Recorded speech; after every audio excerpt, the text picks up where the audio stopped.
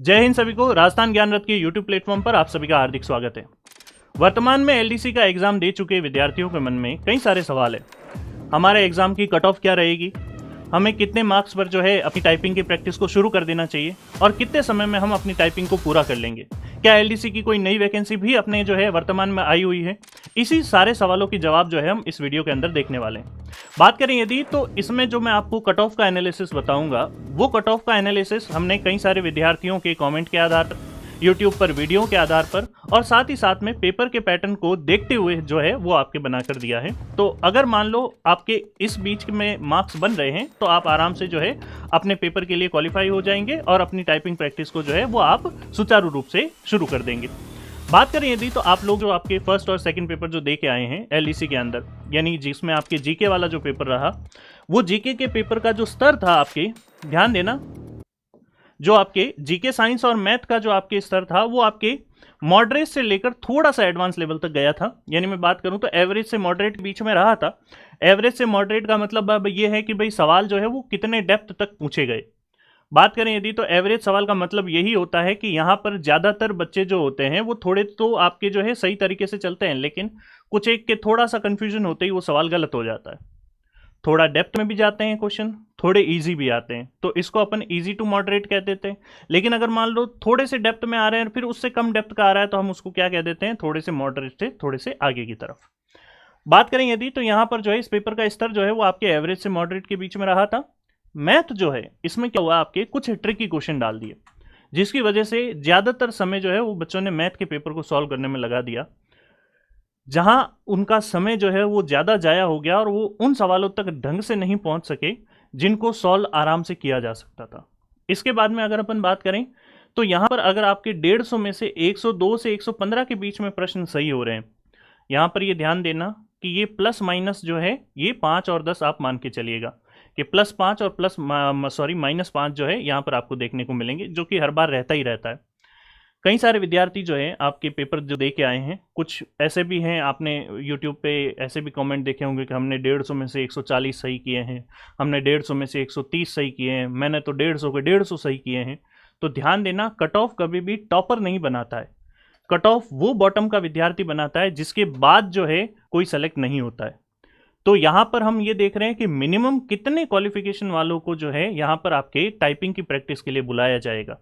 तो अगर किसी ने 130 क्वेश्चन भी किए हैं तो जरूरी थोड़ी है वो 130 के 130 ही सही हो, गलत भी तो होंगे।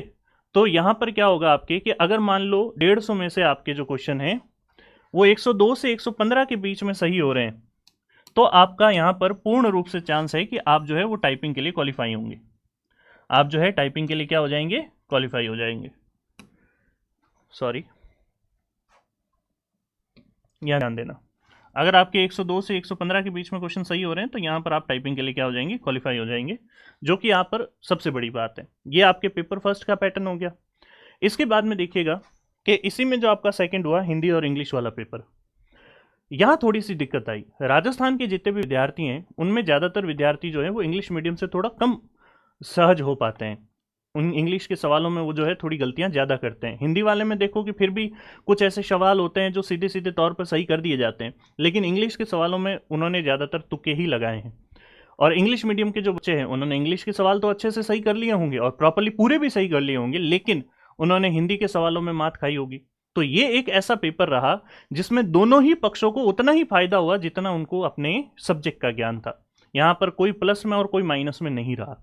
पहले वाले में तो ये रहा कि भाई चलो जीके वाले थोड़े से प्लस में आ गए, लेकिन यहाँ पर दोनों क्या हो गए, आपके बराबर हो गए। जब दोनों ही बराबर हो गए और पेपर जो है वो यहाँ पर दोनों के लिए ही इजी था, हिंदी वालों के लिए हिंदी का पेपर इजी था और इंग्लिश में वो कुछ सवाल सही कर पाए, और वहीं इंग्लिश वालों के लिए इंग्लिश का पेपर इजी था और हिंदी में वो कुछ सवाल ही सही कर पाए। इसके आधार पर मैं आपको बता रहा हूँ कि यहाँ पर अगर आपके 100 से 115 के बीच में प्रश्न अगर सही हो रहे हैं, 100 से 115 के बीच में आपके प्रश्न सही हो रहे हैं, अब यहाँ पर ±5 लेके चलिएगा। यानी अगर मैं कहूँ तो आपके 95 भी अगर आपके बन रहे हैं तो भी अच्छी बात है, और यहाँ पर 115 लिखा है तो इसको 110 भी मान लो। तो 95 से 110 की जो रेंज है, क्योंकि देखो कि वैकेंसी भी बहुत ज़्यादा है, टोटल आपके 10,000 वैकेंसी है। कितनी वैकेंसी है टोटल, 10,000 वैकेंसी है। तो सीधी सी बात है, इनको 3 गुना लेना है इसका। कितने गुना लेना है, 3 गुना लेना है। तो इसी क्राइटेरिया के बीच में जो है वो आपकी कट ऑफ रहेगी।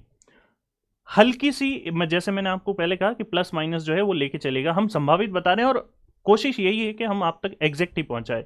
कोई भी इस तरह की कोई बात नहीं है कि बस अब तो आएगी ही नहीं, नंबर नहीं आएगा। ध्यान दो, आप जो टाइपिंग की प्रैक्टिस कर रहे हो, जितने भी विद्यार्थी जो टाइपिंग की प्रैक्टिस कर रहे हैं, तो उनका एक ही थोड़ा सा डाउट है कि भाई हमारे कितने मार्क्स पर हम टाइपिंग शुरू कर दें।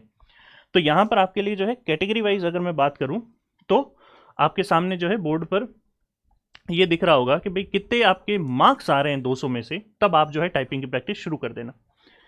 जनरली मैं बात करूं तो 142 से 150 के बीच में अगर आपके बन रहे हैं तो आप अपनी टाइपिंग की प्रैक्टिस शुरू कर दें और सिलेक्शन हो जाएगा आपका। वहीं बात करें यदि ओबीसी की तो 140 से 145 के बीच में। ईडब्ल्यूएस की बात करें तो अब ध्यान रखना कि ओबीसी के सर आपने ईडब्ल्यूएस और ओबीसी की कट ऑफ तो बिल्कुल नज़दीकी, तो बताइए इसमें क्या चेंज है, इसमें क्या चेंज है, इसमें और इसमें क्या बदला है आपने? बस खाली 5 मार्क्स ही तो घटाएं और इधर इधर घटाएं। ध्यान रखना कि ईडब्ल्यूएस कैटेगरी जो है, आजकल ईडब्ल्यूएस का सर्टिफिकेट हर कोई लेके घूमता है। ओबीसी और ईडब्ल्यूएस में अब कोई ज़्यादा फर्क रहा नहीं है, तो इनकी कट ऑफ का मार्जिन भी लगभग लगभग समान ही रहता है, लेकिन फिर भी इनमें प्लस माइनस 5 मानना है आपको, प्लस माइनस 5 मानना है। ठीक है। फिर उसके बाद में आपके एमबीसी की जो है 120 से 126 के बीच में।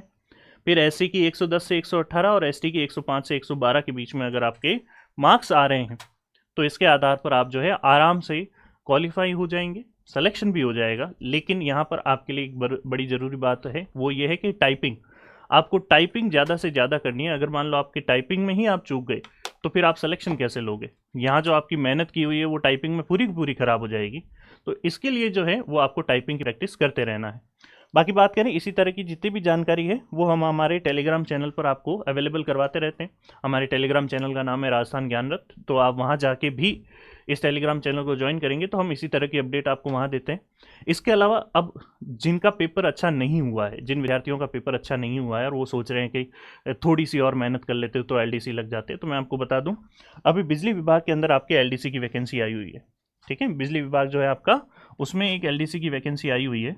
तो यहाँ आप जो है सेम पैटर्न है, पेपर पैटर्न बिल्कुल एग्जैक्ट सेम है। तो आप वहाँ जाकर जो है उस पेपर फॉर्म को भर दीजिएगा। अगस्त में जो है, अगस्त लास्ट डेट है इसकी, अगस्त के अंदर इसके फॉर्म भरे जाएंगे, तो टाइम पे इसका फॉर्म भर देना। तैयारी आदि तो आपकी की हुई है, आदि और कर लेना जिससे आप इसमें सिलेक्शन ले लो। अगर यहाँ थोड़े से चूक जाते हो तो वहाँ सिलेक्शन ले लो। और इन सब की भी जानकारी, वैकेंसी क्या है, पेपर पैटर्न क्या है, इन सब के बारे में जानकारी हमने जो है हमारे यूट्यूब चैनल पे भी दे रखी है और हमारे टेलीग्राम चैनल राजस्थान ज्ञान रथ पे भी दे रखी है। तो इसी तरह की जानकारी के लिए हमारे साथ जुड़े रहिएगा और आशा करता हूँ कि आप लोग जो है अपने लक्ष्य की तरफ जल्द ही बढ़ेंगे। धन्यवाद।